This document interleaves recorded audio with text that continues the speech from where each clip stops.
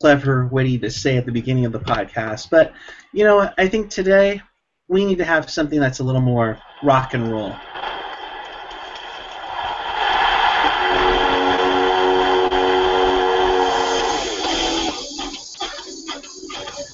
Welcome to a rock and rollin' edition of Pucknology After Dark, the show that actually gave the Sharks their goal song. Okay, maybe not the show, but one of our guys, as they show off their pucks.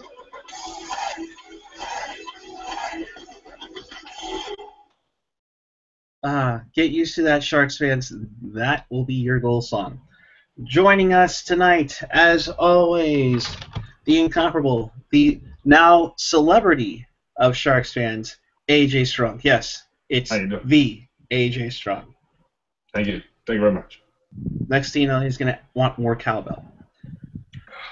I don't look that much like Mike Brown. Sorry.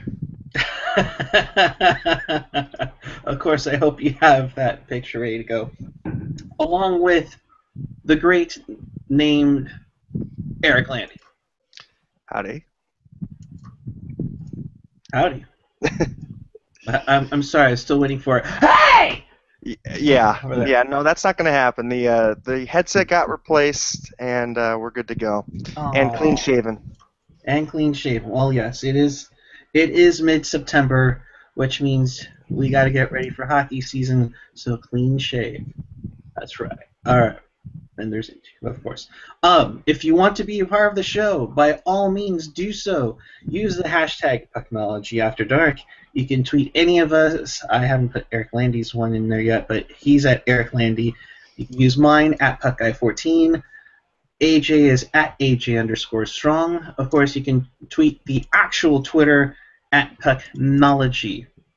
And while you're at that and you're watching us live, do yourself a favor. It's either down here or down there. Make sure you hit that subscribe button because that will alert you when the next show is on. Trust me, you'll want to know. All right, guys. Well, with that, we go into training camp, which begins in just a day or two, and then they head up to British Columbia for a pair of games, one of which is the Canadian Craft Hockeyville in North Sandwich, British Columbia, which is very cool to have. But we'll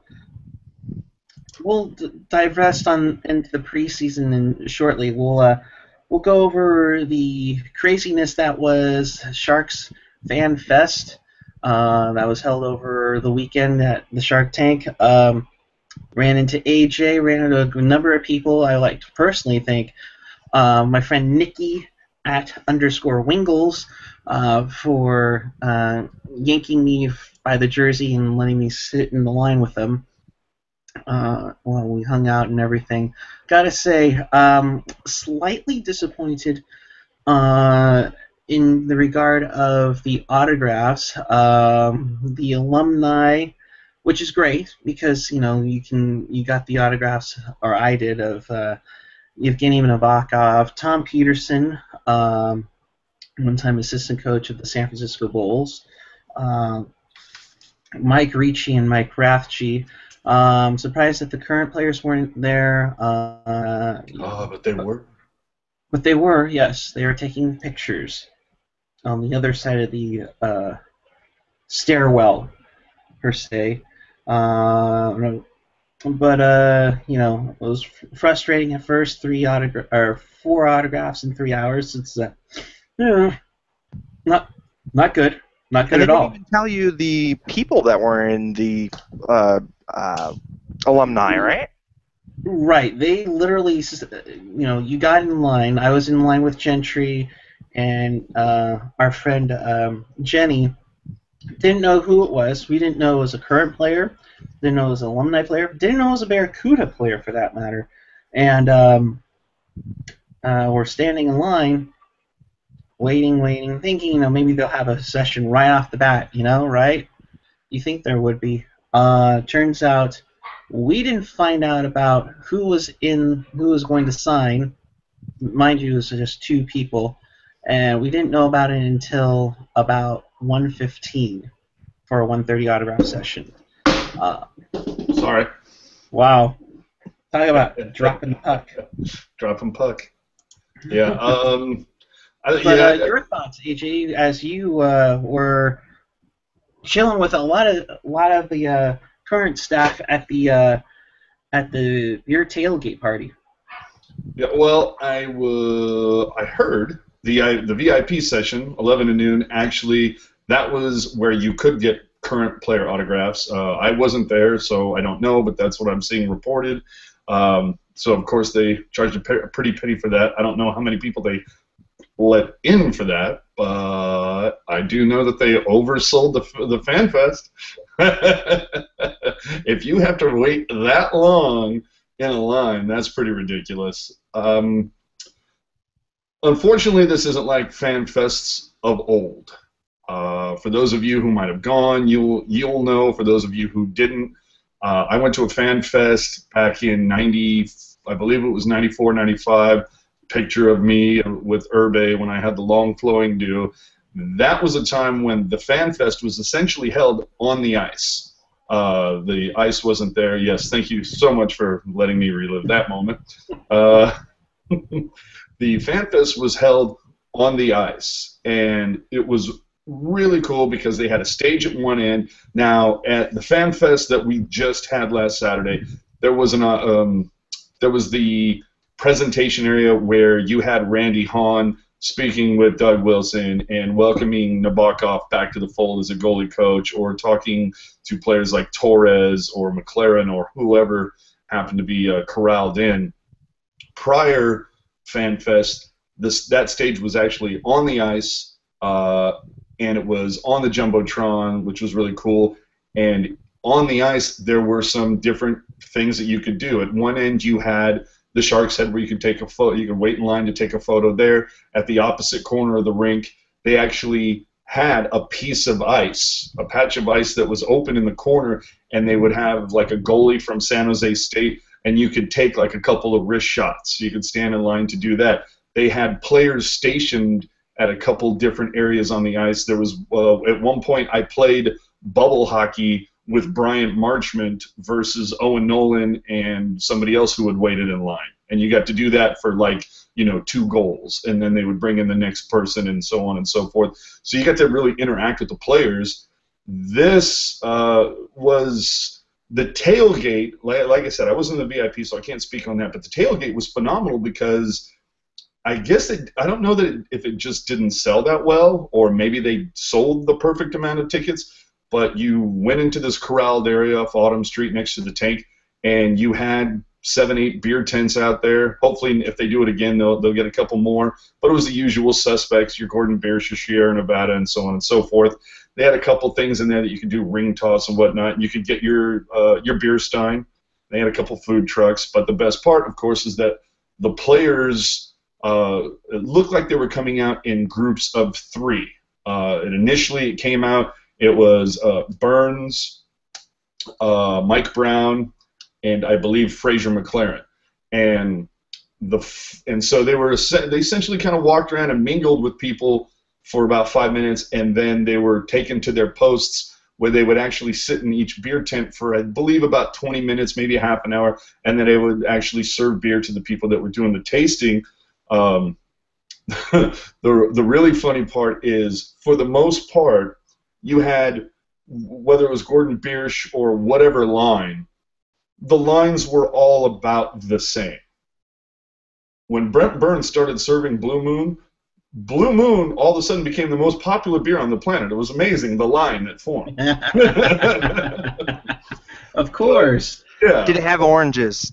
No, they didn't. Of course not. Why would they? So, anyway, all the players were really personable. Later, Stalock came out with Wingles, and I want to say Paul Martin, but I'm not sure. But it was, by then I was about 8 beers in. So. Yeah, you were pretty wasted, all right. Yeah. They're small. But it was just really enjoyable because at first, like as I said, they would come out and they would kind of mingle with people for about 5 or 10 minutes. And the really cool part is they would just kind of walk around, and a couple people would, you'd get the person that would come up and say, "May I get an autograph?" or "Would it be okay to take a picture?" And they were all very personable, especially Burnsy.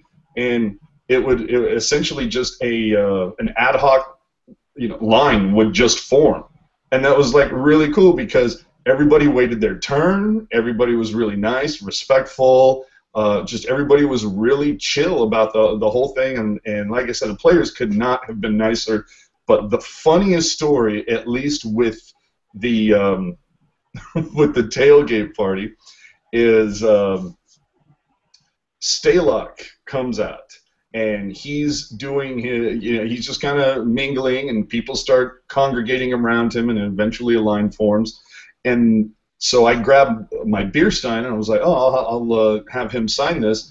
And the couple in front of me, the guy gets out the camera and the girl says, "Can I get a photo?" And he goes, "Yeah, of course." And so the guy's taking the photo, and Stalock has his arm around her, and the guy goes, 3, 2, 1, and just as he's saying 1, the girl moves to try to kiss Stalock on the cheek, and Stalock pulls away. And he goes, "No, no, no, no, no, no.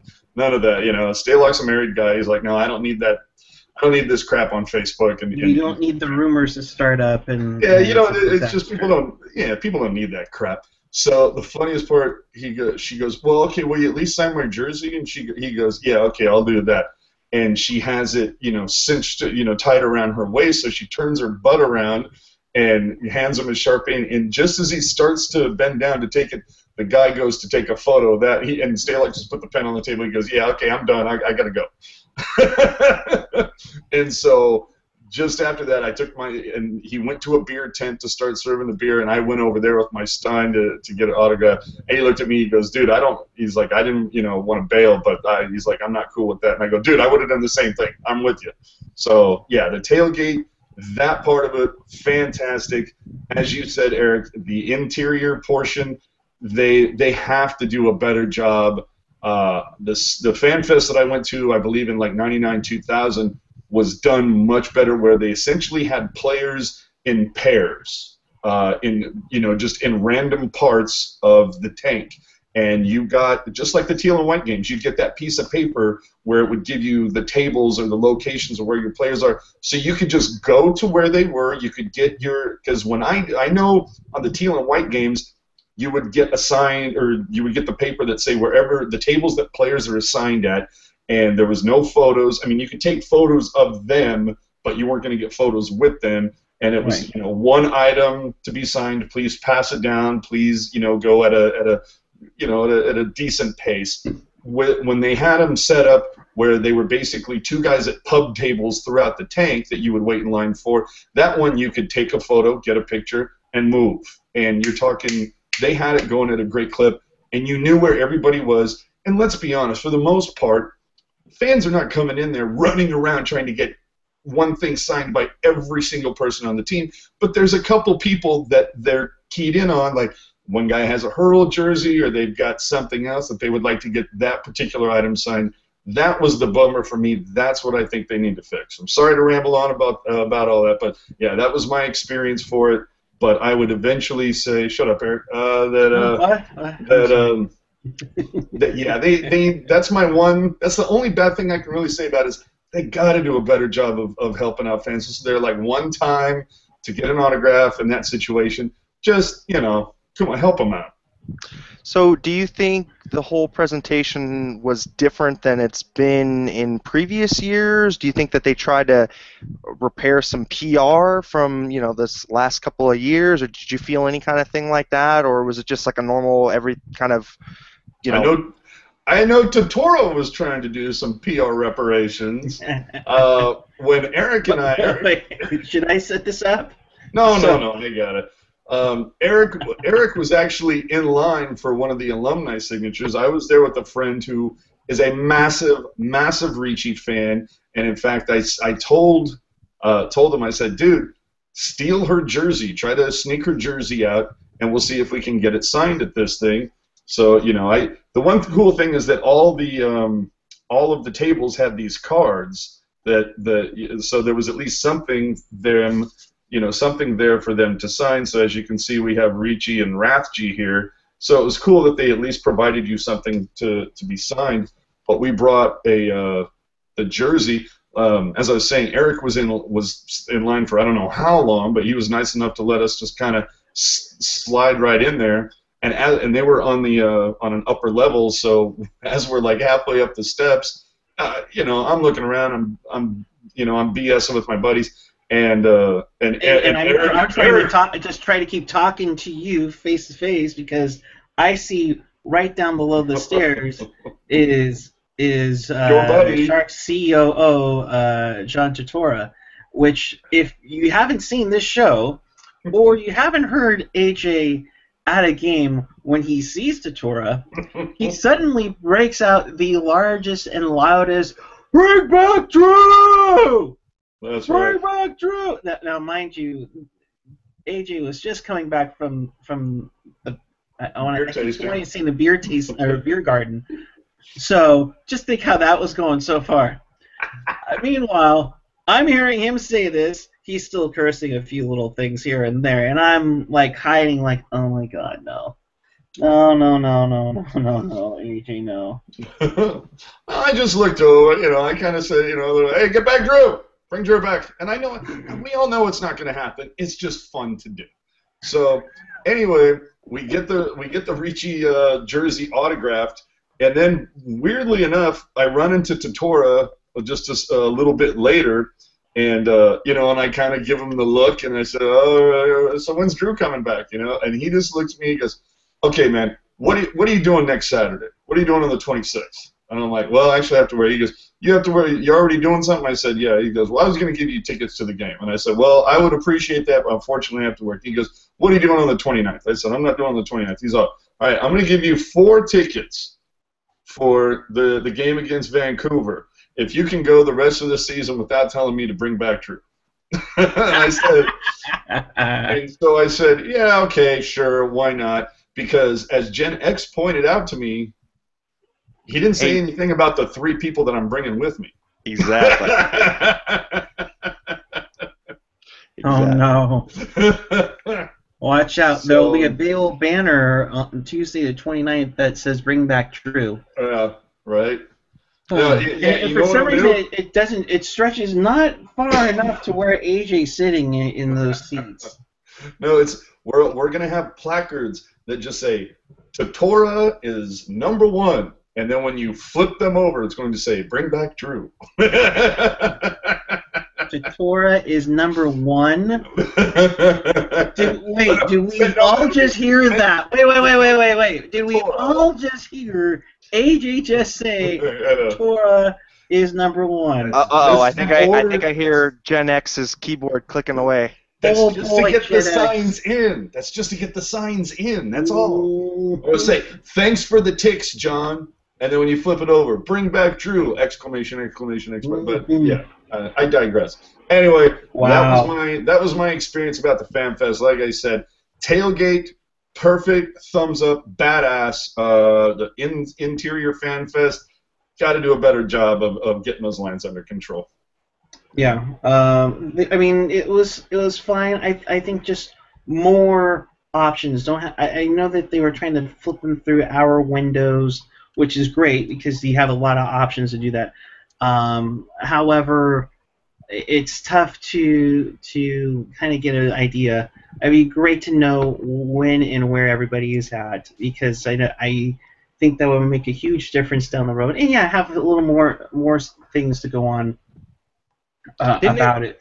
Did they had a little map, but the map didn't say where people were at, or what was up? No. They had a map. They had a map, but the problem was that they didn't say specifically until about 10 minutes before on the screens around the arena where who was going to be at where. See, now that's done. Yeah, so you waited in line for 2 hours and you had no idea who was going to be at the end of the line. Like, what is the point? Yeah, because like, what if there's a little kid that wants his Marlowe jersey signed or something, right? Exactly. Right. I mean, because like I said, we didn't know who was going to be there until 10 minutes, and then at 15 minutes we heard that it was going to be an alumni player and then a Barracuda player, and we're like, Wait a minute. We Well, really want to spend over an hour and a half. I think it No depends on disrespect to it. the Barracuda players, but we really want to spend an hour and a half waiting on somebody that we. I think it depends on the Barracuda player. If it's Watch, Goldeman, Meyer, somebody that's really Yeah, high in on the the system. yeah, Yeah. then yeah. But if we're talking like the that Stollery or Lurg, well at least Hey, Stoller you do got a not look. besmirch the good name of Lurg, okay? Yeah, No, no, no, Stoller got a no. look. Hear me out on that. My point is that I don't think there. Would you stand in an hour and a half line for Pavelski? Yeah. Couture? Yes. Hurdle? Sure. Lurg? No, I totally agree. I just giving you busting your chops, but no, they should have really had the player and the window that they're at on each station on that map. So kind of Yeah. give you the idea of how long you can sit in the line to get this person if he's going to be there by the time you're at the end of this line, and where he's at. Yeah. Agreed. And So Agreed. I did hear that I don't know if it was for the entire gig, but early on there were a lot of people tweeting that they were ticked off that they couldn't take a picture with the shark's head because some of mechanical failure. Yeah, that's what happened. I guess it was right before the thing happened. hey, you leave him out of this. He's old, okay? The pulley system, I guess that lowers and goes up, fell apart, just malfunctioned at the last minute. Even Sharky was like, "Oh, okay, I'm going to be walking around instead. There'll be a net where you're going to do it." And Was that's that giving him flashbacks? yeah, right? No kidding. I didn't think about that. So they had set up a net where they could take pictures along the boards, which is all right.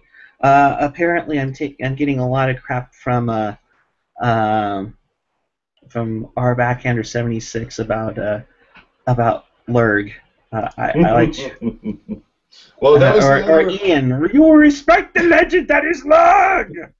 that was actually another cool part of the beer garden area is got to meet Rocket from Teal Tinted Glasses podcast, Nice. and also bumped into Annie Man, Bleeding Teal, with her. So and actually had an extra ticket for the tailgate, so got Annie Man in, and we had a good time. Annie Man is quite the photographer. He's snapping photos left and right, so that was pretty cool. And I did say the magic word to Rocket, and she did ask if I wanted a little tiny Zamboni, but I declined. I said, I just wanted to know that I won. I just didn't need the prize. That was all. Nice. Because the magic Nice. word, of course, was Percocets. Do you have any fucking Percocets? I'm not even to ask. So moving on to that days of action, of course, the big to-do, and we covered about that. We covered that about last week when it leaked out. The official unveiling of the Heritage jersey, which magically looks like a couple of these right here, but there's a few differences, there's a few differences to them, but There's one really big one that upsets me, actually. I think I know what it is. We'll get to that in just a second, but I'm gonna say so. They did a whole video, of Baker, Ricci, Nabby, and then Marlowe, kind of, they're like this, looking all serious, and then all of a sudden you see them go, you know, and then all of a sudden at the end of it you see Marlowe, and I don't know if this just seems like it's destined to be a meme face, but of course I didn't put the right one on. Hang on one second here. Smooth XX, I know. Here we go. Yeah, All right. basically says, I've been here so long, I have to wear this again. Yeah. Yeah, that's Like, what that the looks like. only goddamn difference between this and 20 years ago is before it said 14, now it says 12. Yep. Right. So there's Patty. I don't know if he's trying to look intimidating or mean, but he isn't. I don't, dude. That is such a smirk. That is, it's like it's not bordering on grumpy cat or anything, but man, is it? There's something about it where it's just like he's just got that look, like, yeah, I got the coach fired. There's just something going on there, man. It's just like if you only knew. Yeah, no, wait, seriously. wait. Say it to my doggy face, motherfucker. Right? No move. You can't move me. Oh my gosh! But anyways, back to the smirk that Patty has on there. So the few differences that are on the jersey here, supposedly according to the team's designer of choice, Terry Smith, they cleaned up the logo a little bit. They did use the current teal as opposed to the original teal, which is the lighter version. They But apparently use the correct numbers. yeah, apparently they used the correct numbers. Although the S, when I saw Pavelski's jersey, is slanted a little bit, but that's pretty much the only major difference. Of course, it's edgified to the Reebok jerseys, but it's pretty solid. And it's amazing that how quickly the I just saw that tweet. It's like, Ian well, Green, RSEN, that's our buddy from Teal Tinted Glasses podcast. Is that his sexy time face? You want sexy time now? Is that time? Is it time for sexy time now? Is that what it is? Oh boy. That's why I make this face for you, a sexy time. Oh gosh, I gotta find the music for it. Keep talking for a second. No. Move on. Yeah. We're not gonna turn this into a whole Borat thing. Come on. Wait. Come on. No. Oh yeah. Yeah. You want some sexy time? That's right. I'm looking to put it in your 5-hole tonight, baby. Oh no. All right. It just got after dark. Oh yeah, we went after dark, and actually, you know what's funny? You know what's funny about that track?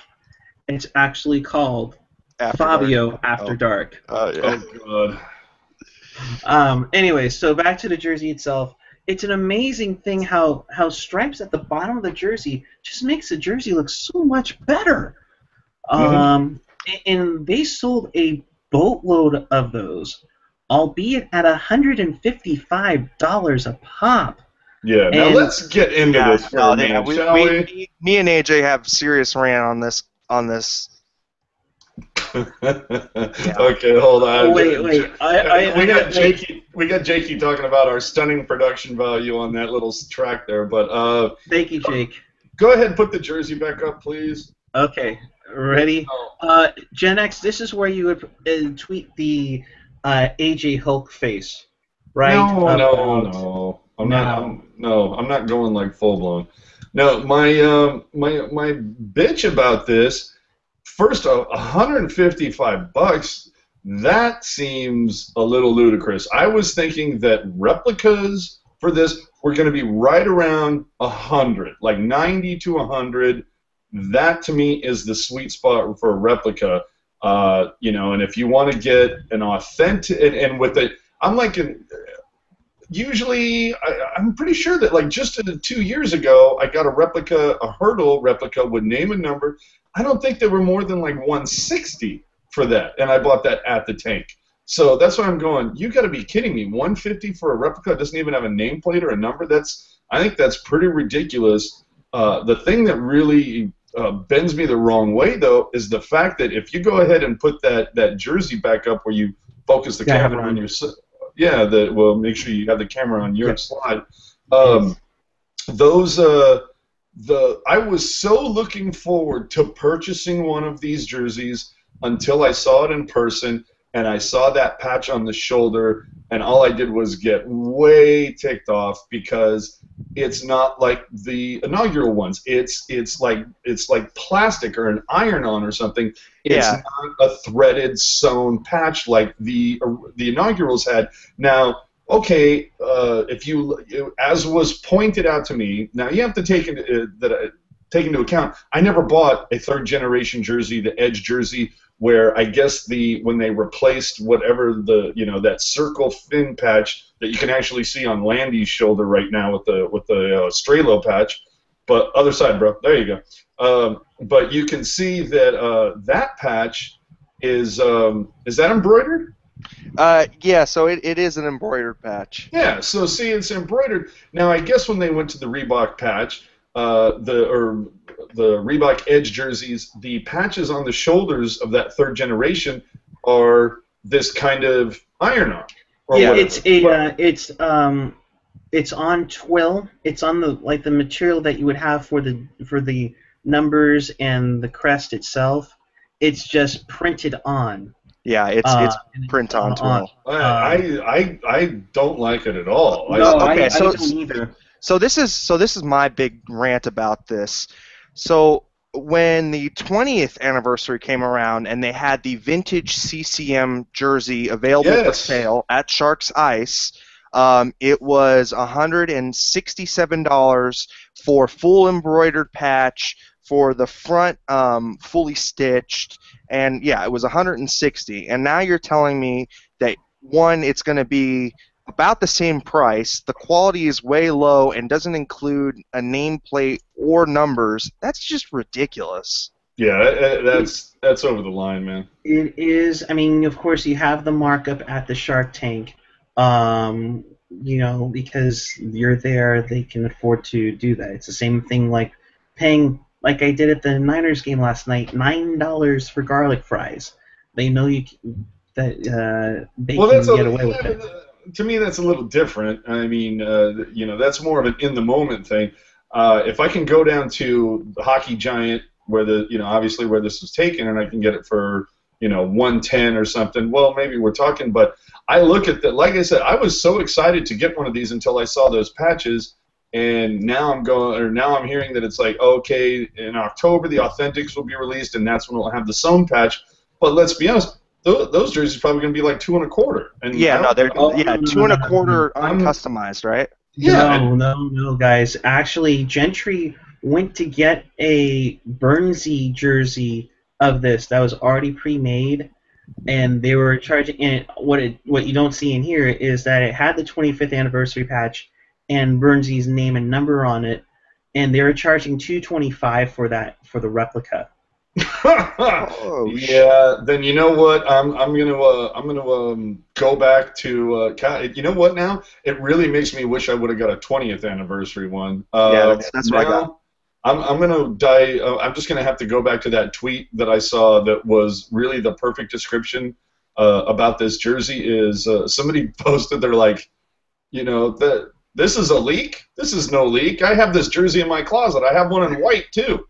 Yeah. It's like I'm just gonna stick with my teal one and my white one and just be happy. And as we know from our buddies on Twitter, Chester Chivo tonight picked up an authentic inaugural, a teal inaugural tonight with the actual sewn patches tonight for $35 on eBay. And you know what? I'll look at that before looking at this. I thought this was a good idea, but now that we actually know the costs and everything, it's just kind of like, no, you guys are soaking the consumer way too much on this. Well, not only that, but I mean, they did the same crap with the Stadium Series jersey, how the replica had that shitty iron-on NorCal patch, and that really killed it for me because I wanted one of those NorCal patches that was sewn on, and looked good, and you can tell right away that the dull kind of reflection off that patch just makes it look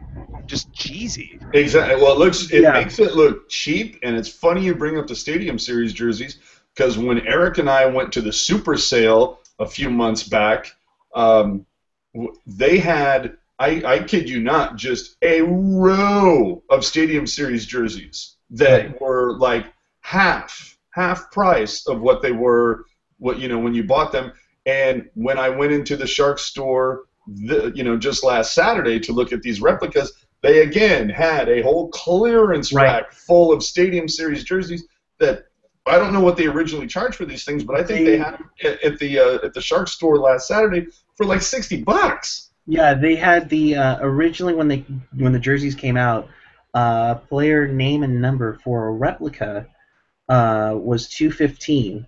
Oh, And I Um, can pick, and I could have gotten a Pavelski for like $80. A right, Pavelski. I'm not exactly. talking like a Brown jersey, I'm not talking a a player that's not a Shepherd or a Kennedy. I'm talking a fucking Pavelski, and I could have got it for like $80, Now, and I still didn't buy it. right. Now, see, here's the thing is that I knew there was going to be somebody who had the jersey, and I found it on icejerseys.com, the actual authentic um, Stadium Series jersey, where it's the Zone NorCal and the Stadium Series patch. And then one thing about the logo on here is that it definitely has a shine to the teal on the shark. Yeah, it's the Uh, carbon fiber design. Right, it definitely has a carbon fiber design as opposed to being printed on on the the like the tackle twill per se as the replicas were. Um, yeah. By the way, I think they also have Scott Hannon Stadium Series jerseys for $90 available at the Shark store too. Really? I heard they'll give you those with entrance. I hear they give you those if you buy an order of garlic fries. Right, right. And no, that doesn't come with a tweet up button, Gen X. So don't even say it.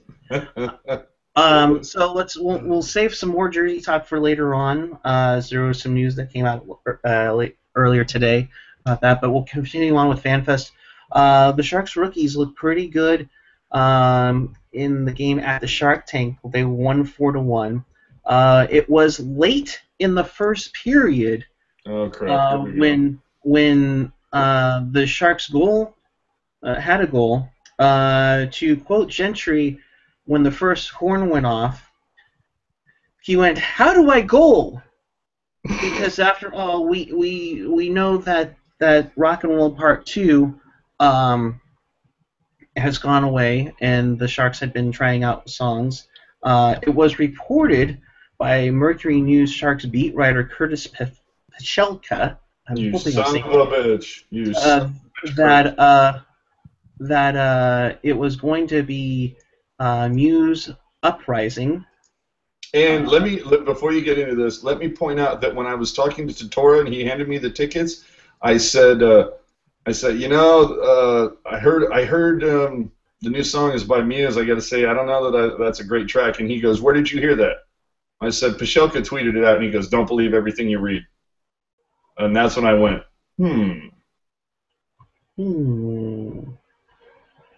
Which was very interesting because that's the beat writer, so hopefully they're not trying to pull one on the Mercury News's full-time new beat writer. And of course, unfortunately, AJ had to go to work doing his thing, so he wasn't there. But Gentry was trying to figure out how do I goal, and it was a little bit low, so I couldn't tell right away. But again, this was what played at the Shark Tank that night.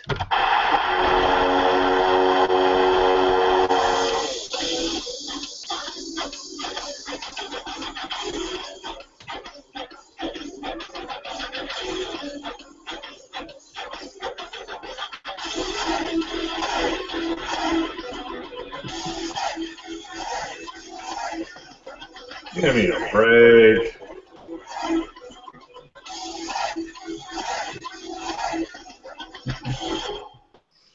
I'm sorry, I had to have fun with that a little bit there. Production value like that keeps people coming back for That's more. right. That's what's going to make us have tons of views on YouTube. Holy crap. But so I didn't catch it right away. But then when I heard the second trio of Haze, I went, "Oh my God!" And Gentry was looking at me going, "What?" As I began to do the "Hey, hey, hey," and I said, "That's AJ's song." And we started celebrating, and at first when everybody was going, "Huh? What is this?" And I even went to social media, and there was some people who went, "That's not our goal song. What happened?" breaking news to you: we got rid of the goal song due to the specific reasons of, the idiot was caught by a predator, or was on to catch a predator. Anyways, nonetheless, I tweeted out.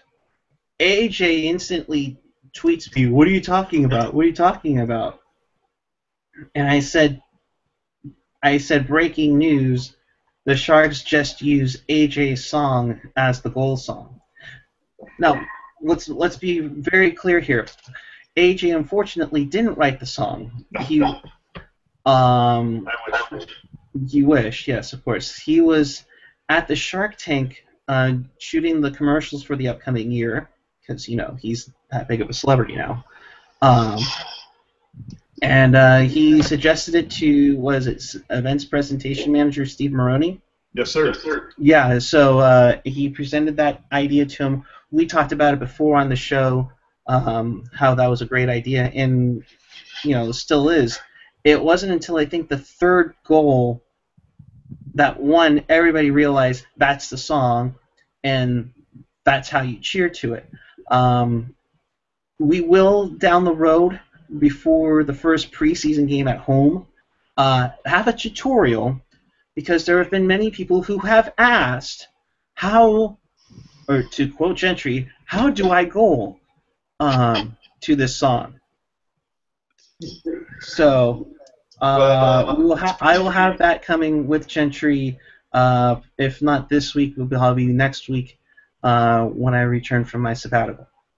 But AJ, your thoughts, your first official known thoughts as to the song you suggested is now your team's goal song.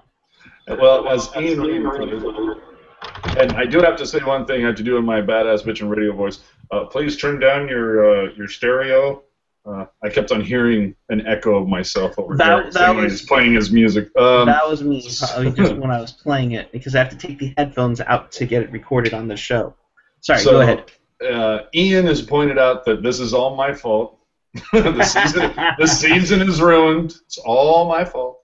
No, of course. I'm elated that my submission that the Sharks felt that was a good enough option to put into the rotation for their second vote, where they added it with the 6 other songs. And from what I've heard from a couple different season ticket holders, is they received an email, I believe, the morning of the Fan Fest, saying that the song would be revealed during that game, and that it was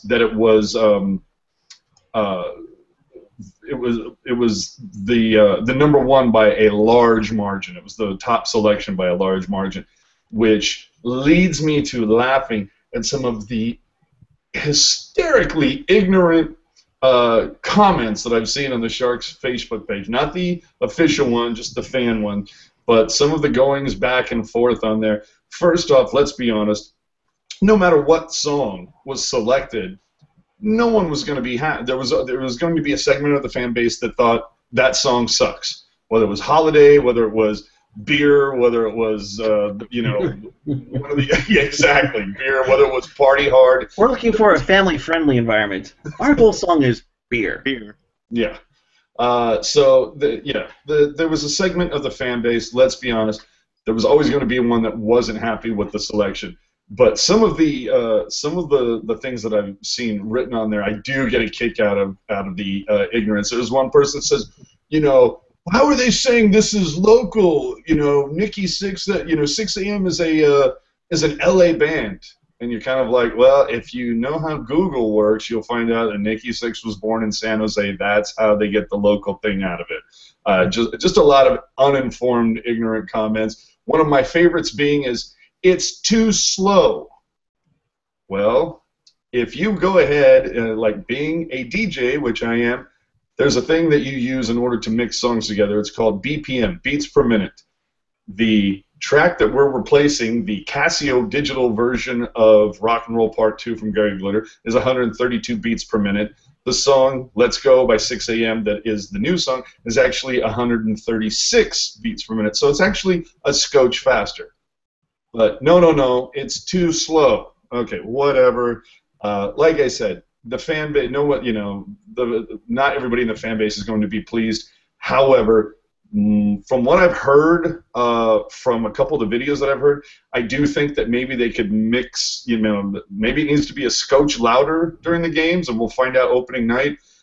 They could probably do a little mixing that maybe they make the haze a little more prominent, which would take, I could open my audio program right now, turn that out, and I could send it to them in 5 minutes that has the haze a little more prominent, a little more pronounced. Bump the volume on that part, maybe EQ it just a scotch so it sounds better in the tank. But a little bit more bass. Yeah, but it's one of those things where it's change takes time. We saw what happened with Holiday, so it should be interesting to see what the reaction is at the end of the season. Because I was there from opening night for the year that we had Holiday, and I was there for fan appreciation, and it was essentially the same reaction at the beginning as it was at the end, where people didn't know what to do. They just screamed because you could not tell what the hell was going on with that particular song. If Sharky puts out another video or they have some kind of thing that says, okay, hey, this is what we're expecting, maybe, one fan will do it, and they'll two fans, and they'll two fans, and so on and so forth, and Right. 17,562 will figure out what the hell to do. Then we'll all be, good to go. We'll see what the reaction is 3-4 months in. Is it still kind of, oh, I don't like this song or whatever, I'm not into it, or will there be a little bit of acceptance? Either way, we know Rock and Roll Part 2 is not coming back. We have to deal with it. If this song just goes for the year and they decide, you know what, we want to try a different song next year, I'm fine with that. I just put this in because I thought it was a good replacement. Like I said, same tempo, same kind of energy, couple more haze, but other than that, it had that same kind of vibe to it. It's change takes time. We'll see how it goes. But I got to be honest. If you heard any of Brody Brazil's options, Oh dear God! I think I did okay. And Oh, as one person pointed out on Twitter, I saved us all from Nickelback. That's So me. I think, Yeah. that's what I'm saying. So I deserve it. I think just like a scotch of credit for that. Other than that, I'm okay. No, I Yes. mean, we would have been the ridicule of LA and of Anaheim and just pretty much anybody else if we had Nickelback, Not that we aren't now, but even worse. It would just cement the ridiculing that if we were to do that. This is officially the third time that they've tried to replace the goal song before. Of course, we talked about Holiday in 2006-07 when said person was convicted on the charges that he was convicted on. They tried to change it in 97-98 just because they wanted to try and do a different thing. It was an organist, and if you guys can mute it, I will play it for you. Remember, this was from 1997 before you start criticizing everything.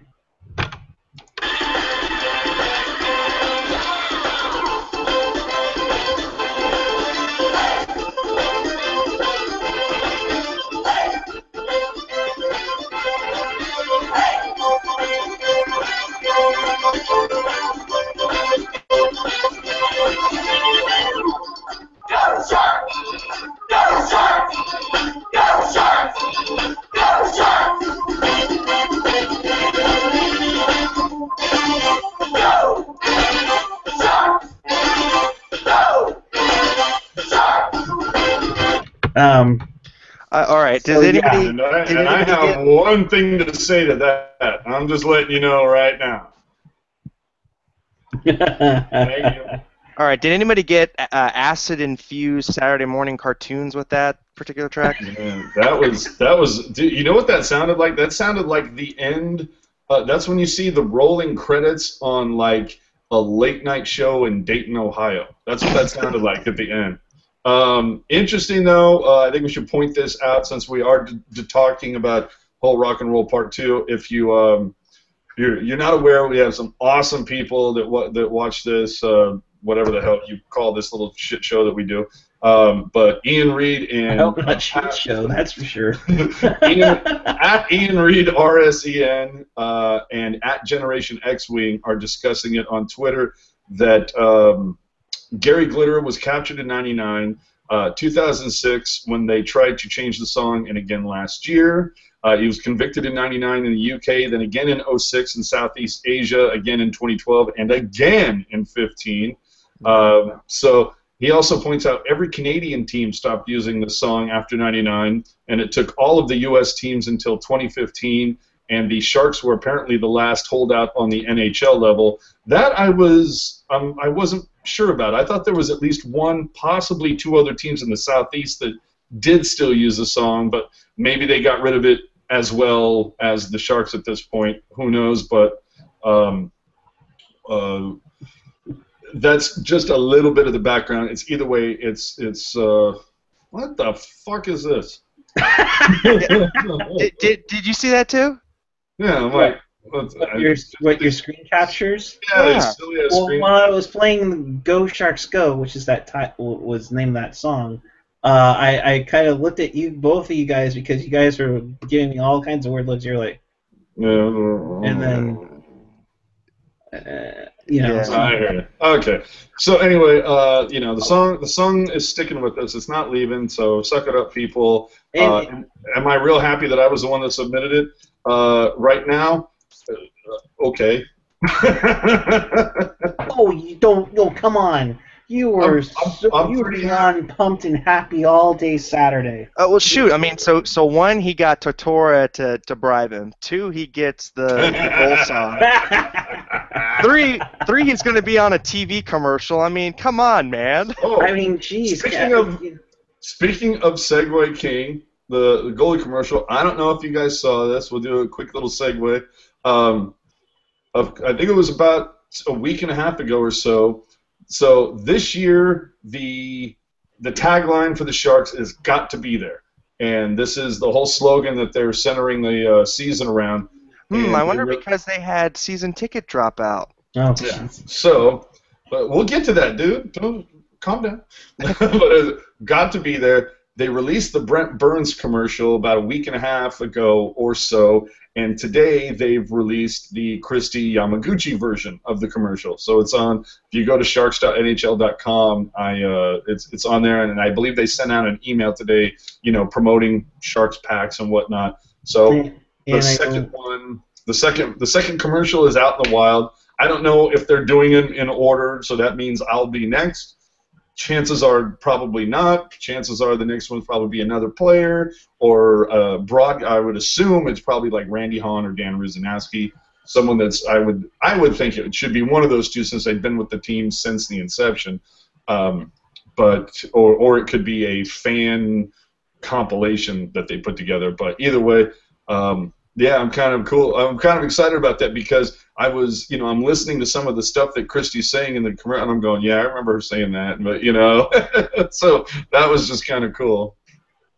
Yeah, it's kind of cool to kind of have that little mixture of it's like, all right, I know exactly what you're saying about that, and yeah, it definitely has a good vibe to it. So good on you, AJ. Definitely good on you.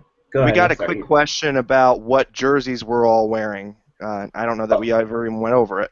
I think we are triplets again. AJ, I'll start with you. What did you got? You were originally twins, and then I noticed, and I'm like, oh crap, I got to go run and get mine. Which jersey do you have on? See, I'm afraid I'm going to catch shit, so I really don't want to show it off, to be honest with you. What? I know I'm going to catch shit for having this jersey. Why? Because. All right. Hold on. No, just turn around, like in the okay. Jersey commercial. You know what? Let me just put this out there. I'm going to show you what's on this jersey, and then you guys can determine why I think I'm going to catch shit for it. Don't say anything. Don't say anything. Just figure it out for yourself.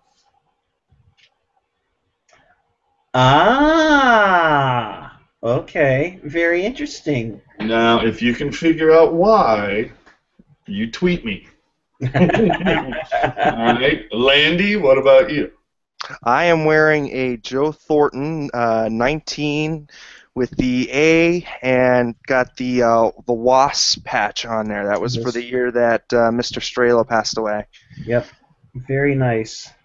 Very nice. As for me, kind of connected to Landy's jersey, this is the last jersey Wayne Primo wore in a game before he got traded to the Boston Bruins in the Joe Thornton trade.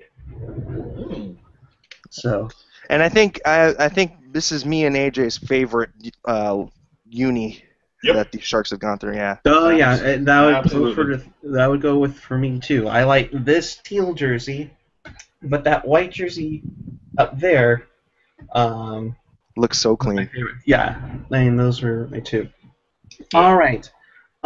Since we're on the topic of jerseys now, we will talk about that it is now official. The NHL has signed with Reebok.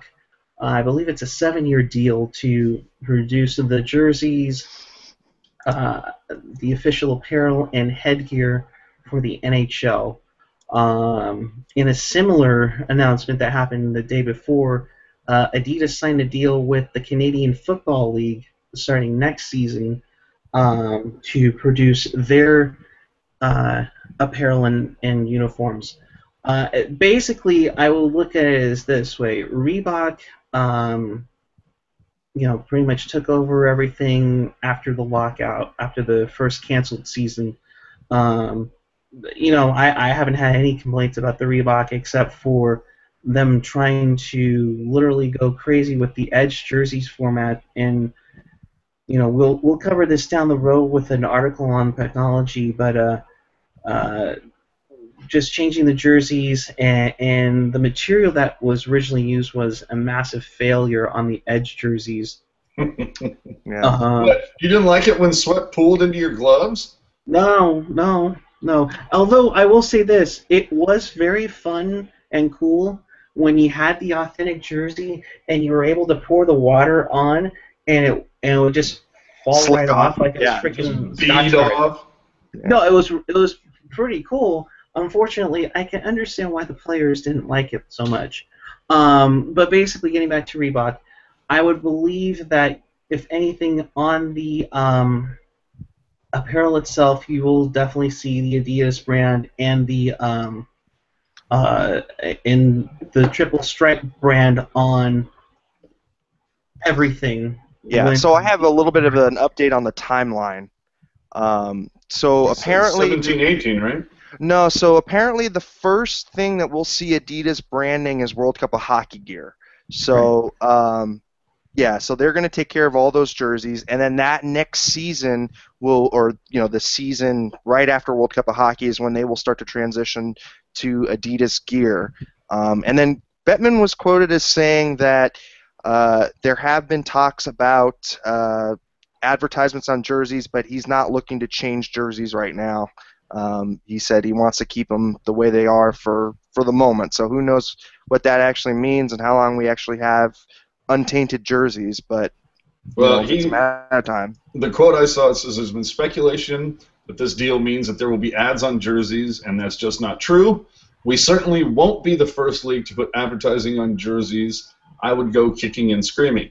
Now, let's just, bask in reality for a second.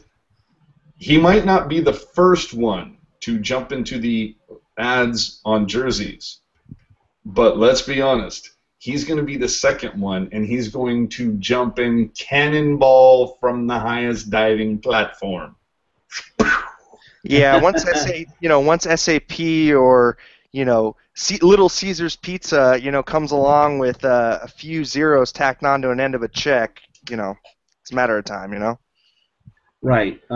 If we're gonna have an SAP patch on the jerseys, or how Gen X had did the whole European style on the NHL jerseys, I think Molson's Canadian on the front. Oh yeah, SAP for the Sharks. Little Caesars for the Red Wings. Um, you know, it'd be half Bell Media, half Rogers Sportsnet on the Toronto. Maple Leafs jerseys. Um, you know, so it's something that I hope won't happen.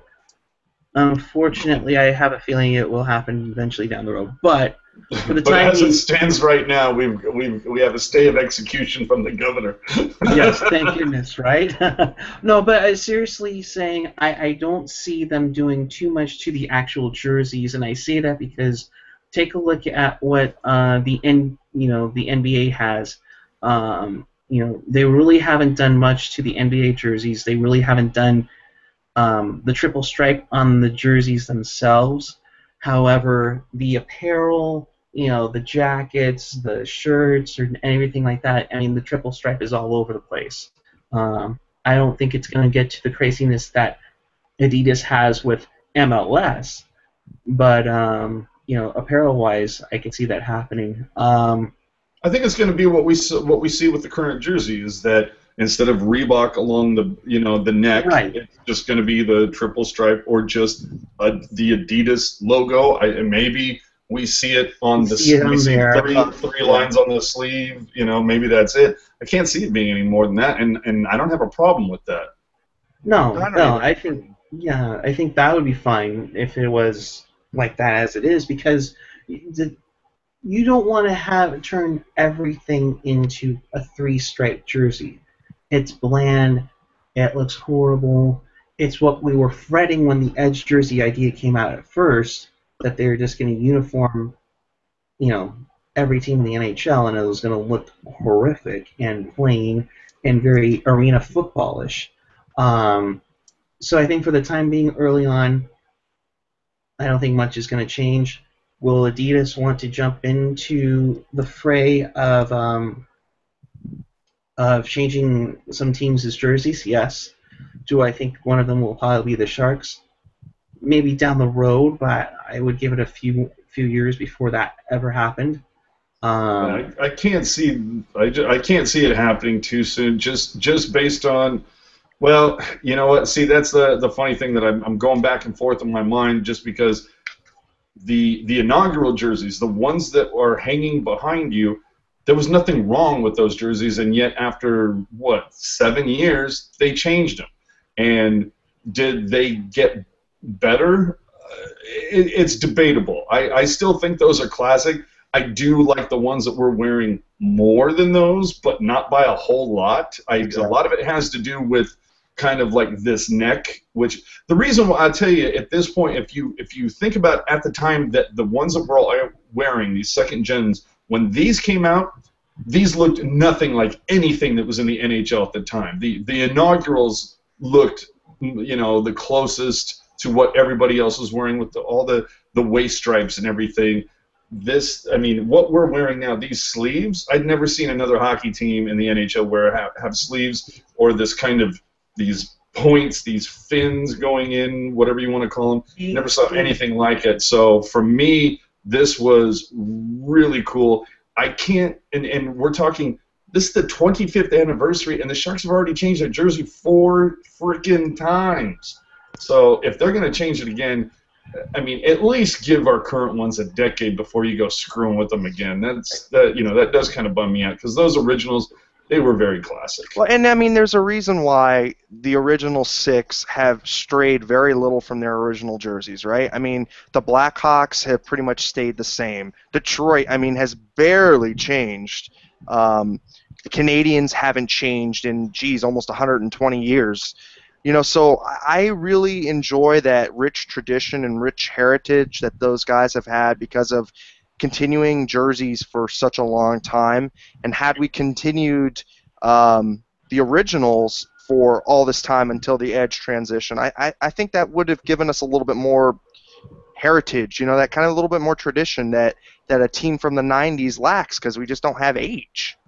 well, you have to realize in the '90s there were a lot of things changing.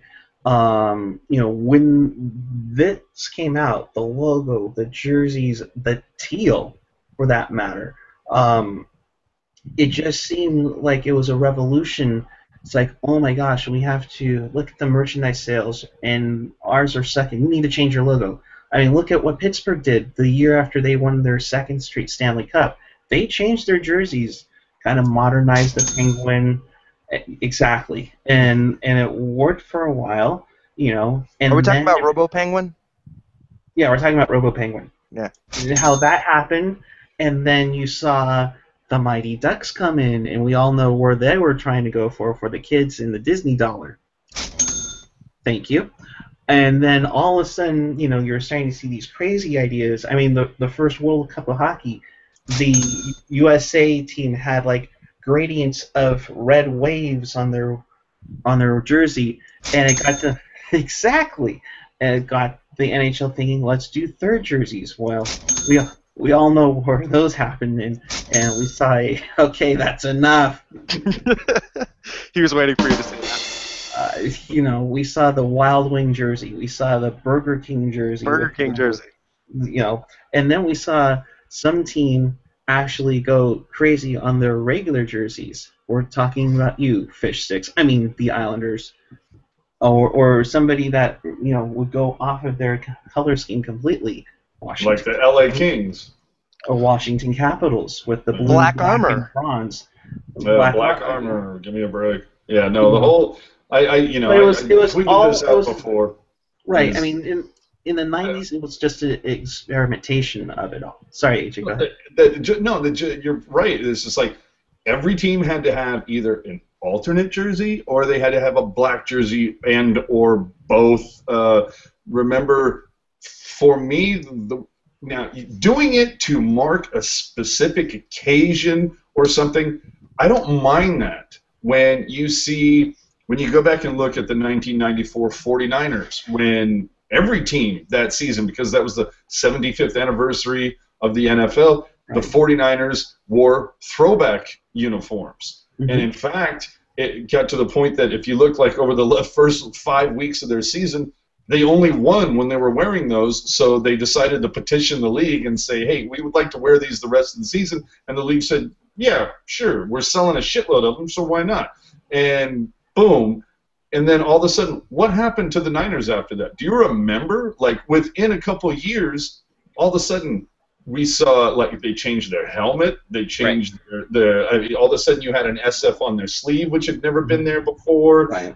They went from that red that we all knew to kind of a maroon. I mean, from scarlet. Should have never went from scarlet to whatever they're wearing now. Right, yeah, but and we saw the release of a gold Giants, gold 49ers jersey. I mean, just all these color things. It's just, yeah, it is mind numbing, and of course, it's all about the mighty dollar, and that's the worst part of it. It does ruin the purity of sports for me.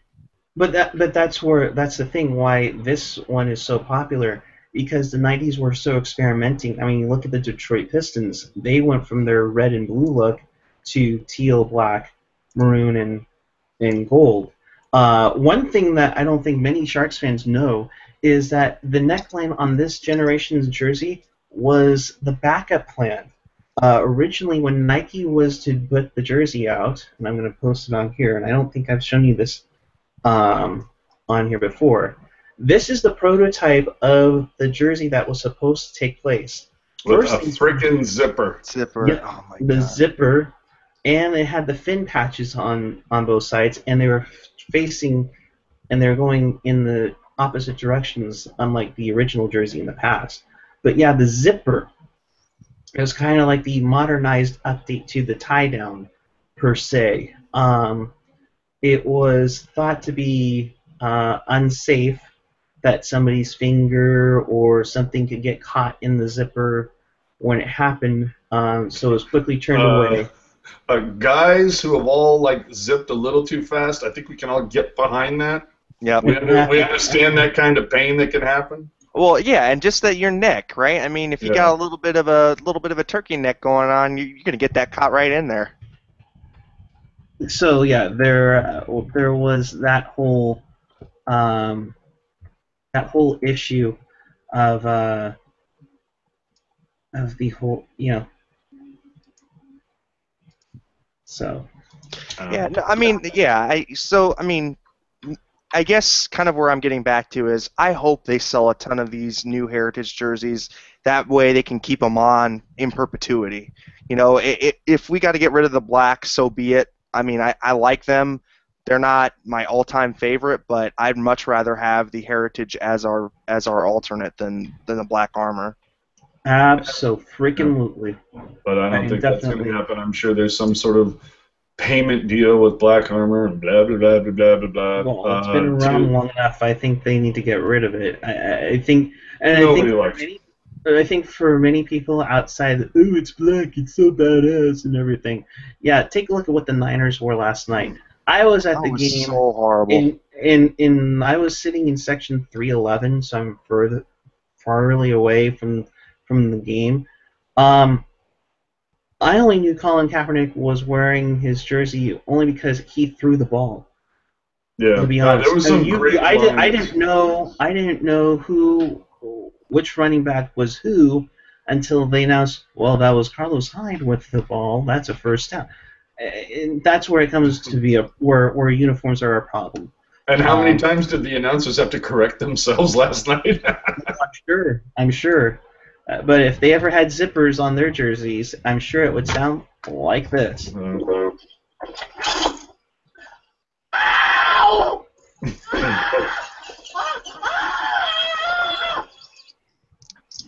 We do have to answer the question: why would people hate the jersey that I'm wearing?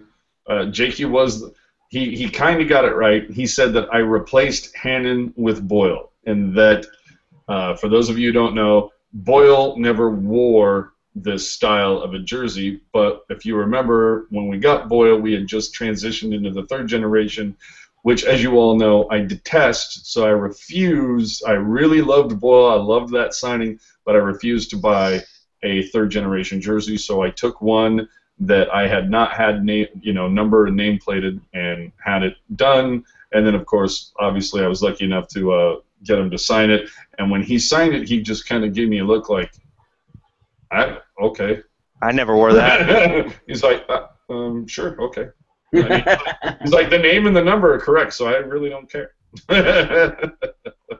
Right. So it's one of those ones where, okay, it's weird, but I look at what the Niners are doing. They are selling that black jersey and putting Montana or Rice on it. No, no, no, Yeah, no, no. yeah, they are. Of Oh my course, God. because cha-ching, motherfuckers, cha-ching. That's So the way it's going to happen every time they're selling them with Montana, Ronnie Lott. It doesn't matter, dude. They're always going to do that.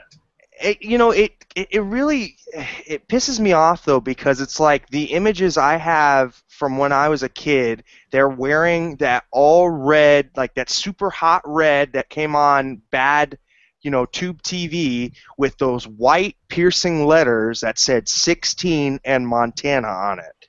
Yep. That's why I want whatever jersey we're wearing, if we ever make it to a Stanley Cup and win it, I want us to freeze that jersey design and keep it for a while. Right.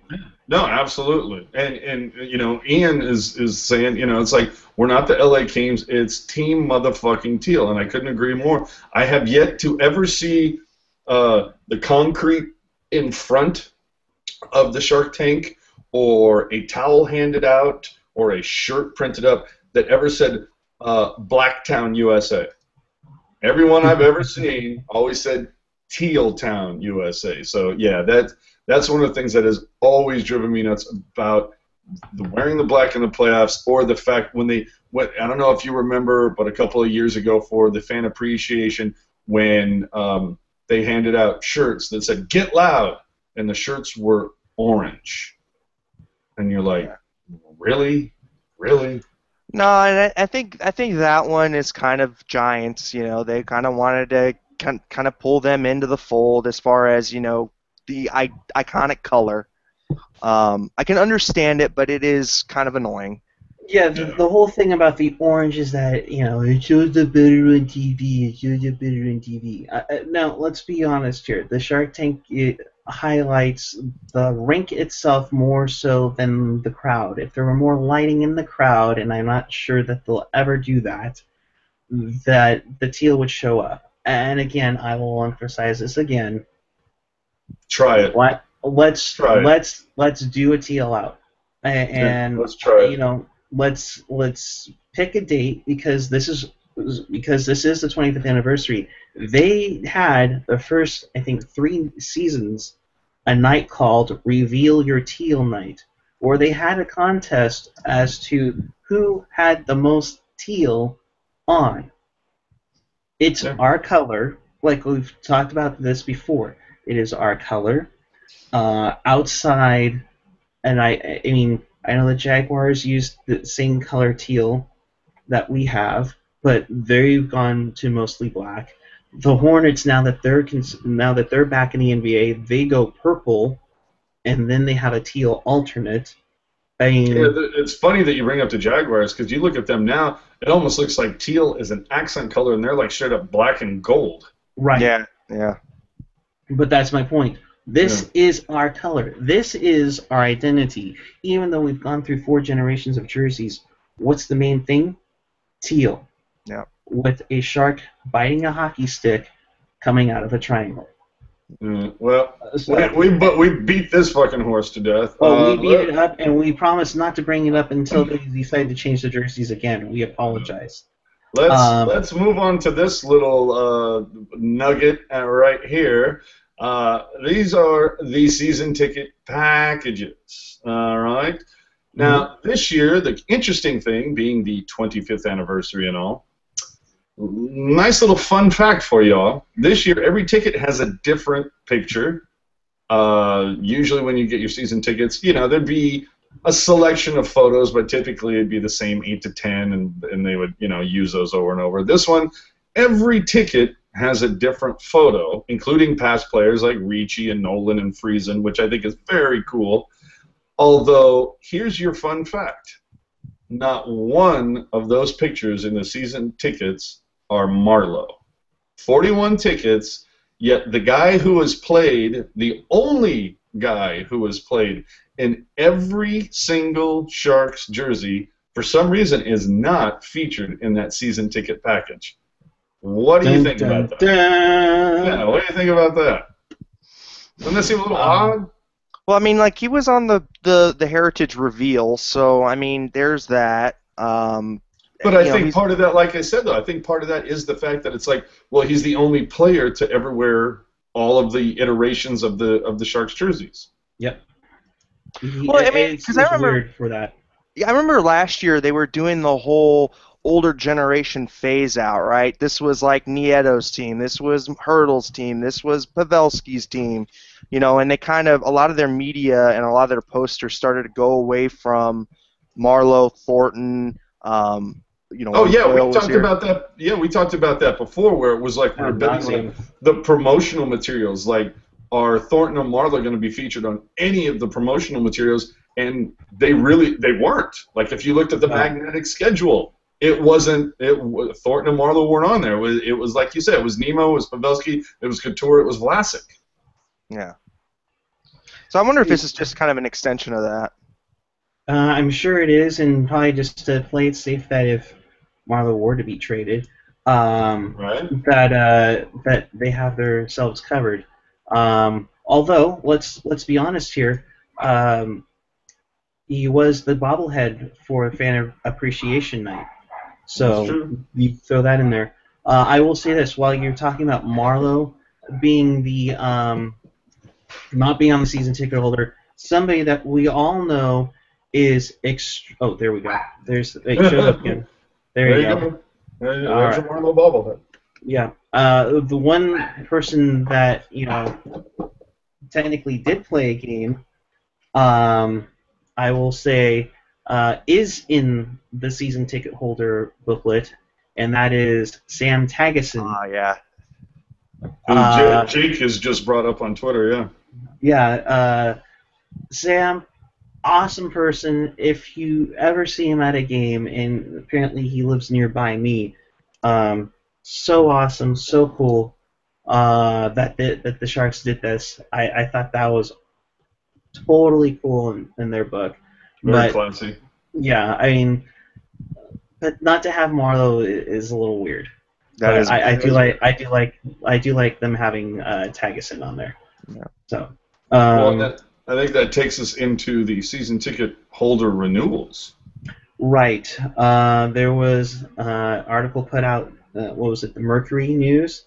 There's a couple Um, different ones actually. right, and now NBC Sports has also gone on with it. Go ahead and talk about it, AJ. Just from what I saw after the season, 2 seasons ago, where the whole it was 3-0. We all know it too well. There was what appeared to be, I believe, an 11% drop in the season ticket renewals, and now after this last season, it actually dropped 15%. Um, does that go to speak that the fans were just really ticked off about last season, didn't believe in what the Sharks are doing, are pissed off Wilson is still here, was pissed off that they kept Hannon, signed John Scott, did whatever they decided to do? Are the fans finally fed up with it? And I think it also needs to be taken into account, if you think about it, remember where the Sharks were, remember what happened last March, last April, when remember the renewal forms this last season, they went out early, far earlier than they ever had before, and this was also right around the time you had the annual February meltdown. So you've got the Sharks, starting to tank, and it's like the Sharks are just like, let's get these goddamn renewals out before we're out of the playoff picture.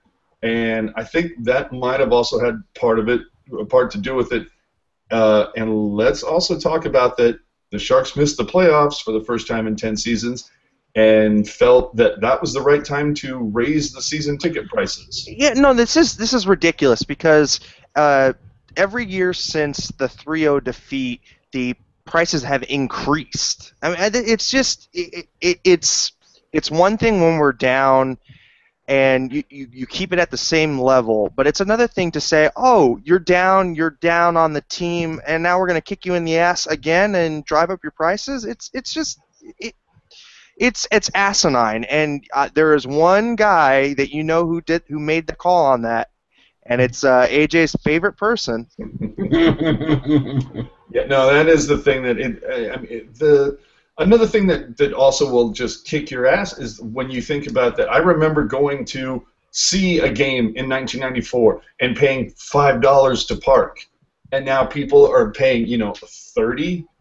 It's like, are you kidding me? $30 to park a car? Like, I'm just trying to figure out, like, inflation, I'm sorry, it doesn't work that way for me. It's things that were, X amount of dollars 20 years ago do not cost 6 times more what they do today. It just, no, not 6 times. Well, Maybe 3 times, not 6 times. I remember when they started doing the flex pricing, right? When it Oh, was dynamic pricing. yeah, whatever they want to call it, and that got a lot of people's asses pretty chapped because it was like, if you wanted to see the Red Wings, if you wanted to see the Hawks, if you wanted to see LA or Anaheim, they would all be more expensive, and then And if you wanted to see it, well, see, that was the whole thing, is that it was the idea of like, well, if you're going to see, if you want to see Detroit on a Saturday night, the tickets are going to be like 10% more than whatever, like here's the established normal rate. And you want to see Detroit or you want to see Pittsburgh, you want to see the Rangers on a Saturday night, well, the tickets are going to be like 10 to 15% more. But, oh, it's a game against Columbus on a Tuesday, the tickets are supposed to be 10 to 15% less. Funnily enough, I never saw the tickets 10 to 50% less. They always seem to be at that flat line or higher. And the thing I think is just that really bakes your noodle is look at what happened last season. They had that ridiculous spiral. They did the season ticket renewals early. They've gotten one of their lowest renewal rates that they've ever had. And you also had a season last year where, for the first time in a long time that I can remember, the entire second half of the season, you could go on StubHub and get seats for almost half of what they were on Ticketmaster. Yeah. If not, There were times that other. I was going to a game where I was buying third row seats in the upper deck that are normally like $66 or something like that, and I was getting them for like $35. If that, we even saw it for some bad games when it was a no-name team coming into town where it was like On a $12 Tuesday. Yeah, on a and it's on Tuesday a Tuesday. night. Yeah. Oh, there have been a couple times where I was just like, you know what? It's game night where it's like a Tuesday night or whatever, Mm-hmm. and it's like, you know what? I'm gonna go down to Patty's at like 6 o'clock. I'll have a beer, and after I have a beer, I'll check my phone and see. It's like see what's available at that point. Because at that point, you've got people that are just saying, you know, oh, okay, I'm not, at this point, I'm just trying to get anything for them because I'm not going, and it's booyah. You know, you can get a hell of a nice seat for $20. Right. Yeah, And yeah, I like to say from Slushy Jake, why the you know, Well, Ian's pointing it out, of course, is that, you know, but the we have a bad. bad TV deal. And you know And what? we've gone That's over this one too. well, and yeah, it's the idea of, you know what? When I mismanage my money or I make a bad decision, I don't expect other people to pay for it. So I don't know why, you know, like you guys screwed up on your TV deal. You don't need to make me pay for it. That's something that you guys need to worry about. You know, you fix that down the road, but you want to charge us all for, you know, you want to charge me $30 to park? Okay, fine. I'm going to Uber. And you want to charge me $66 to sit in this seat? No, that's okay. I'm going to get on StubHub, and you know somebody else can maybe pay that extra, you know, part. But I'm not doing it. I'm going to pay $40 on StubHub, and you want to charge me how much for a beer? No, no, no. I'm going to have a few pregame beers at Patty's and be happy with that. You know? And right. we've talked about the creative accounting and how we think, you know, they cry wolf all the time, but in actuality, they've got a pretty sweet deal with the city of San Jose, as far as who keeps the money from the SAP Center events outside of the Sharks. We all know that Taylor Swift money's coming in. So it's ridiculous, and it's about time that the average fan get the whiff of they're starting to jack us around here. They're whipping us around, and the fact that nobody has asked these questions, well, why? And finally now we see it. Season tickets going down. We see the fact that they're trying to do like more fan appreciation things. You know, they're trying to save face, but the real issue is you guys are just charging too much for the product. Yeah. Well, you're going to charge people $230 to go bowling with sharks, or you know, or you're going to charge them $300 to do wine tasting with them, or whatever. You know, it's just well, okay, those are special events, and if that's what you feel like doing, that's fine. But it is supply and demand, and right now it seems like for this last season we saw it. I think we're probably going to see it at least for the first couple of months, unless the sharks just come out gangbusters.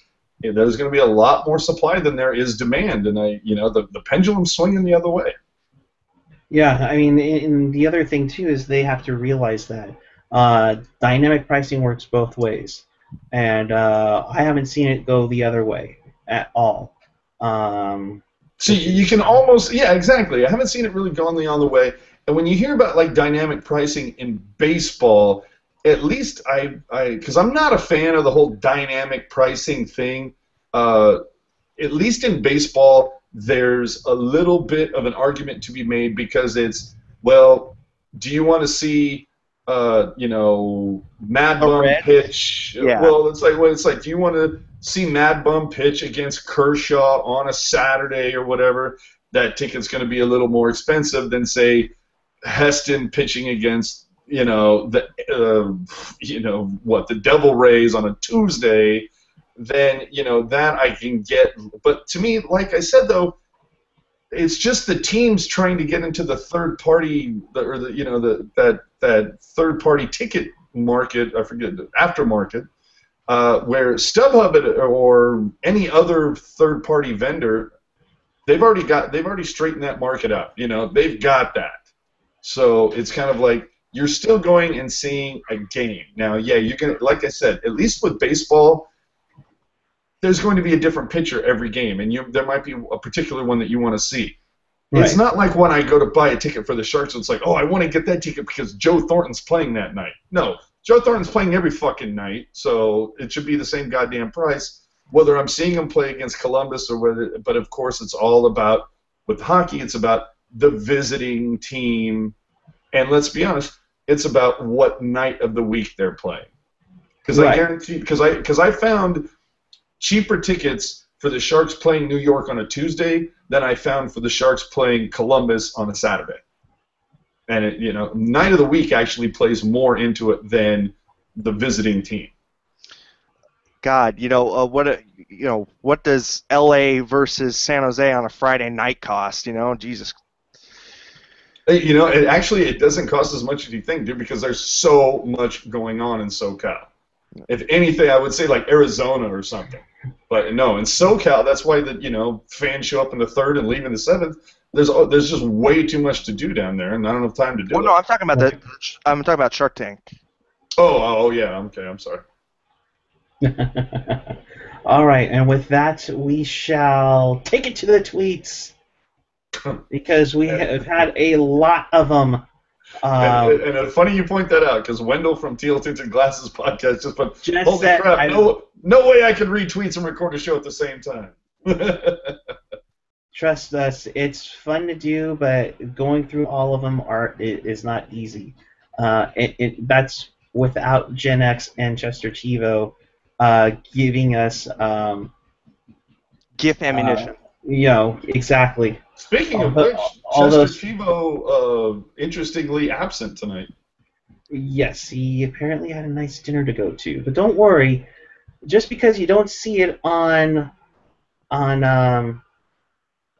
live doesn't mean we aren't here. It is he had available on demand. He had a dinner to go to, not a Star Wars get-together, but a dinner to go to. Oh, boy. Gen X just got really pissed off. Why? Because he's a Star Wars guy, too.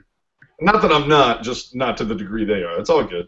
It's all good. To each your own. Way to piss off the fan base, all right? Thanks. It's your fault now. Just like the goal song. Right. Slushy Jake says that he think it's time to wrap up before AOL or Comcast. Yeah. Ha ha ha ha. Ian Reed, is San Jose not a tough market for your sporting dollar? Other teams winning titles too. Yeah, and that's the other thing too. You have the what do you mean other teams winning titles? There's a team in the NBA called the Golden State Warriors that just won NBA championship. That hadn't done shit for 40 years. Okay, they finally pulled one out after 40 years. Previous to that, who? There is a little team that's about 25 miles north. Yeah, but you know what I'm saying is just that.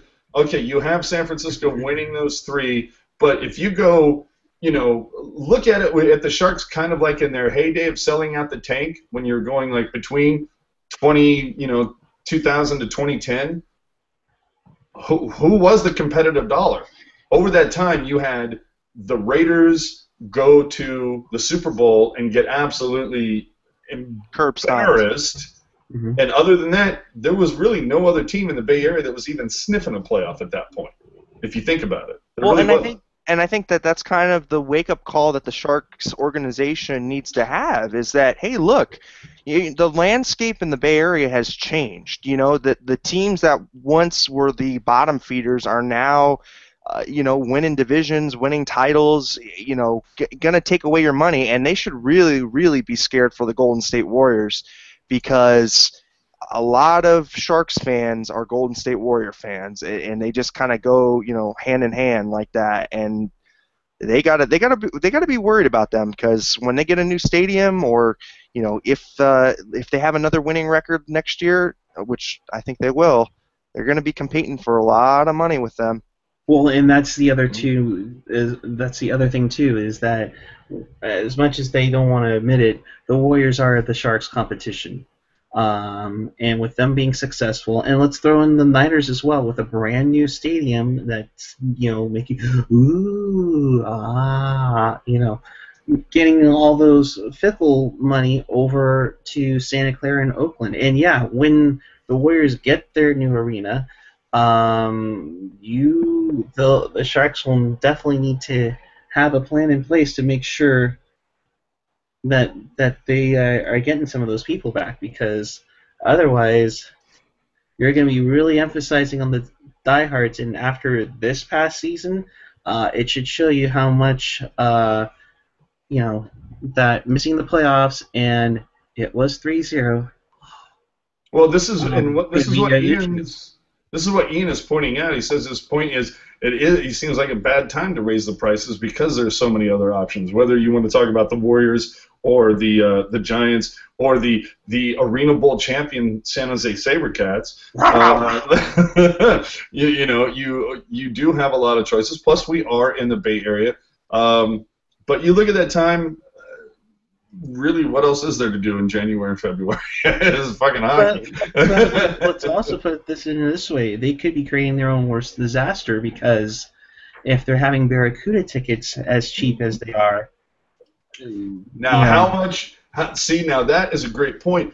What is the impact? Because that was part of my question when it came to season ticket renewals or just ticket sales in general. Is it a combination? Or is it one of each? Well, no, it's probably a combination. It's just the price is getting too high, and the fans being ticked off about the direction that the club is going, or at least was going. Now it seems like they've kind of corrected that, and maybe that's also a function of Wilson panicking, having a different plan in place, a year and a half ago, but deciding, we're hemorrhaging season ticket holders, and we need to plug this up. Let's get rid of Hannon. Let's do this. Get rid of Scott. We'll bring in these two guys. We'll get a different goaltender, and we're just going to forget I even mentioned the rebuild word, and we're just going to go on and do this. But between the combination of prices too high, fans getting ticked off, and the Barracuda coming to town may in fact be the Sharks' worst nightmare. Exactly, because you could see them, getting those fickle. Oh, hey, that'll be definitely the spur of the moment game where, hey, you guys want to go to a Barracuda game tonight? Okay, sure. Spend $20. There you go. It's going to be that little coupon you see at the cash register at Orchard Supply, Yeah, or no, I mean, and just is it a more family-friendly atmosphere, right? I mean, it's going to be earlier games. It'll be cheaper to take all your kids. Family budget friendly. Yeah. Yeah, and so I mean, it's asinine to think that a price raise would be a good thing right now. It blows my mind that that was even in their sphere of thought. Just remember, guys. The whole reason why we lost the 2004-05 season was because the prices of tickets were getting out of control for the fans. Just remember that. Oh yeah. Just remember that. Gary's pledge. Yeah, Gary's pledge, and also the 10% rollback league-wide. Yeah, you know how quickly that went away the season after. Yeah, you have that. And then the other thing, too, is that I guarantee you during those Barracuda games, while the tickets are going to be a fraction of what Sharks tickets are, you know what isn't going to be a fraction? The beer, the hot dogs, the fries, the soda, the booze. You'll be paying NHL prices for an AHL game, that's for sure. Which, in some sense, you'll be saying, hey, we've been doing that already. I hate to say it, but I think the Sharks got a little bit too big for their britches as far as just having the capture on the San Jose market. Because, I mean, you go downtown on a game night, and it would just be all Sharks, all lit up. The city has embraced them like no other. And you know what? Maybe they need to have a little bit of taste of sour milk to get them to correct a little bit, Well, it's part of the reason why the organization has always been against the A's moving down to San Jose, because let's be real here. Despite what they publicly say. Right. Because if the A's were to move almost across the street from the Shark Tank, you can't tell me all the corporate money and fans and season tickets would literally jump over to, I guess it would still be called Cisco Field for the A's.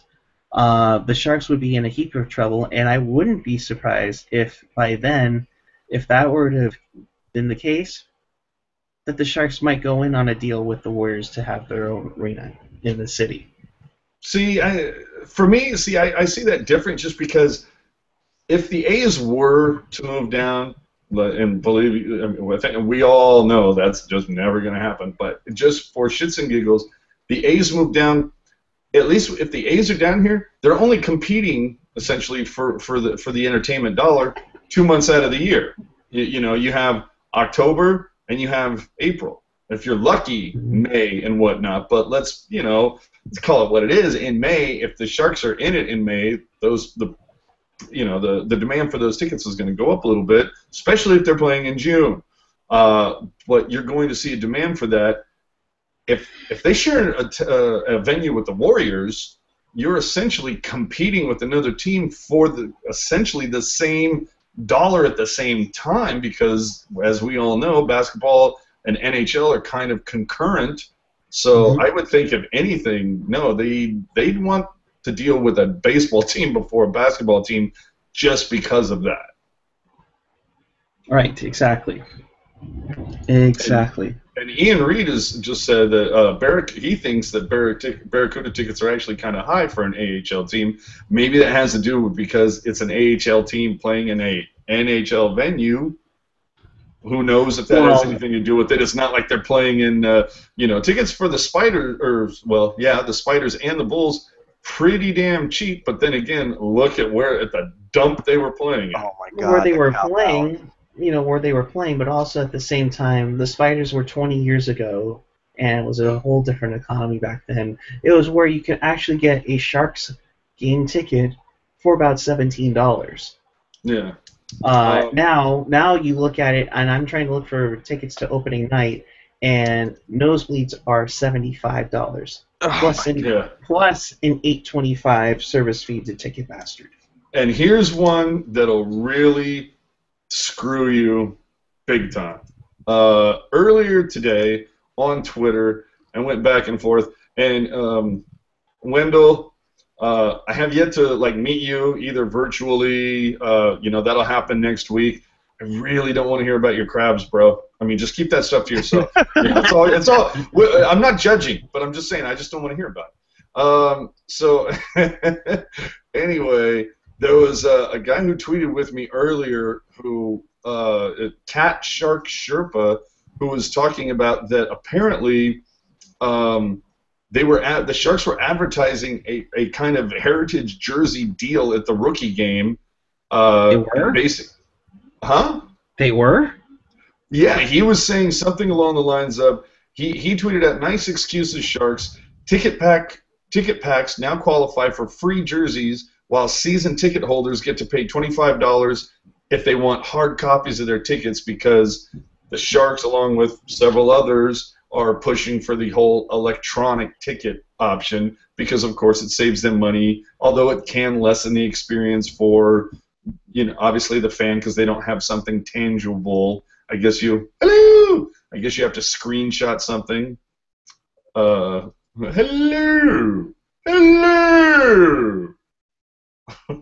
Keep going.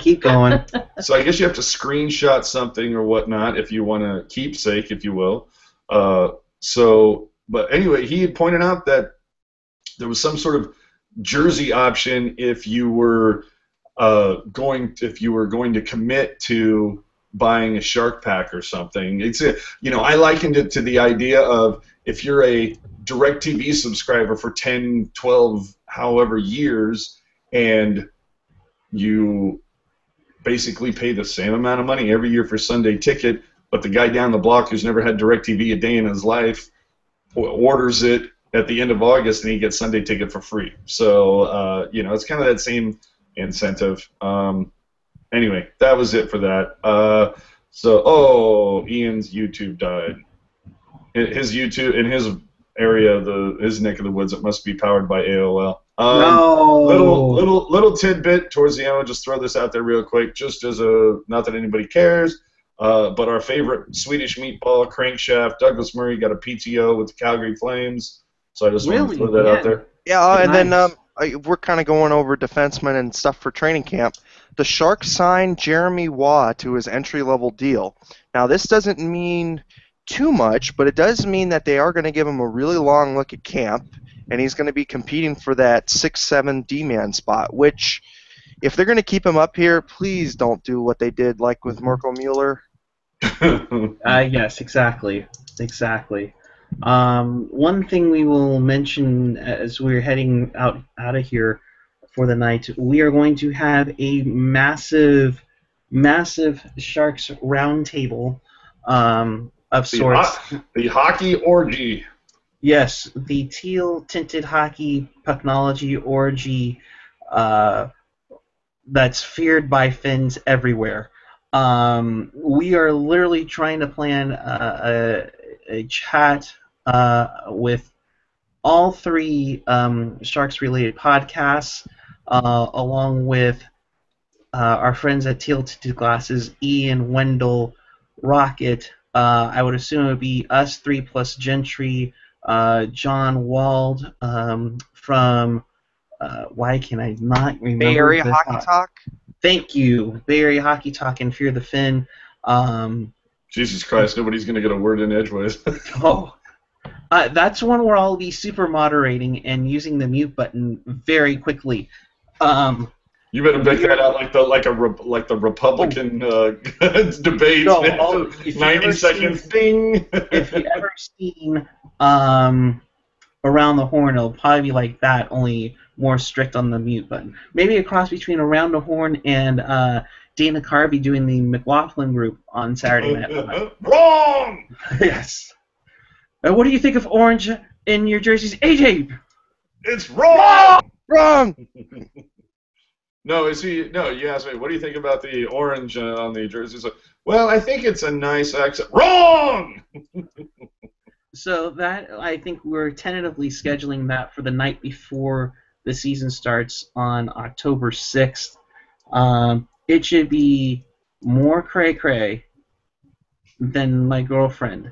No, wait, I'm kidding. Okay, well, will AOL be able to host this? Shut up, Eric. Oh, wrong! That was wrong! And Ian, quick, let's finish this up. A quick couple hits, and we're out on Twitter. Ian says he's back, bitches. Send Wad down. No business being in the NHL yet, and he is correct. He is correct. And Rocket says we will be like the Fox News of Sharks broadcasts. So in other words, you can't believe anything we're going to say. And lastly, and finally, to pimp my stuff with Teal Tinted, I'm actually scheduled to be on Teal Tinted podcast a week from now. So I know Eric was cool enough to be invited about a month or so ago. So apparently he didn't screw it up for us. So I'm next on the guillotine. Yes. Nice. Of course. We may or may not have a show next week. I am taking a little bit of a mini vacation because the sweet babu that is my girlfriend is celebrating her birthday. I won't tell you what age she is because she'd probably kill me. But let's just say we're going to enjoy churros and lobster nachos while riding Space Mountain. Again? When you have an annual pass at Disneyland, hey, you better it's the greatest, cheapest trip ever. When you just have to. I'm just saying, you just make the trip 90 minutes south to say hi to Landy. Right? Beer. Right? Yeah, beer of root. Right. With that, we will wrap it up. For our colleague AJ Strong, Eric Landy, I think he's still trying to get NHL 16 going right now, Gentry Alexander, Chris JWS, who tweeted me as I was waving from his apartment complex in Milpitas. We will talk to you in the near future. Have fun. Don't forget to follow us on Twitter at Pucknology, at PuckGuy14, at AJ_Strong, at Eric Landy. Don't forget to subscribe and enjoy everybody's content. Pucknology.net is almost ready to go for the season, and we will chat with you then. Keep it real, keep it fresh, keep it real fresh. Peace the puck out.